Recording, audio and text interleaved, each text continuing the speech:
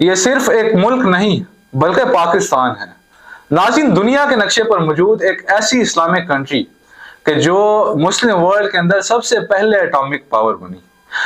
हमने लोगों को ये बताया कि हम लोग सिर्फ बातें करने वाले ही नहीं बल्कि कुछ करके दिखाने वाले हैं, क्योंकि सिर्फ एक नहीं, दो नहीं, सीधे 6 हथियारे मार गिराए हमने।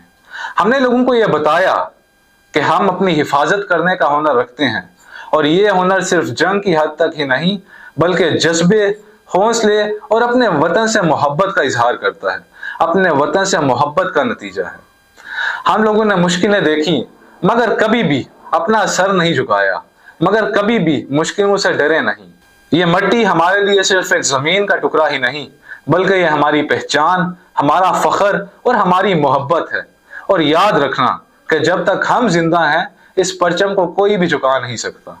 एंड पर तत्वीर मीडिया की टीम की तरफ से और सैयद अली हैदर की तरफ से आपको दिल की गहराइयों से आज़ादी मुबारक हो।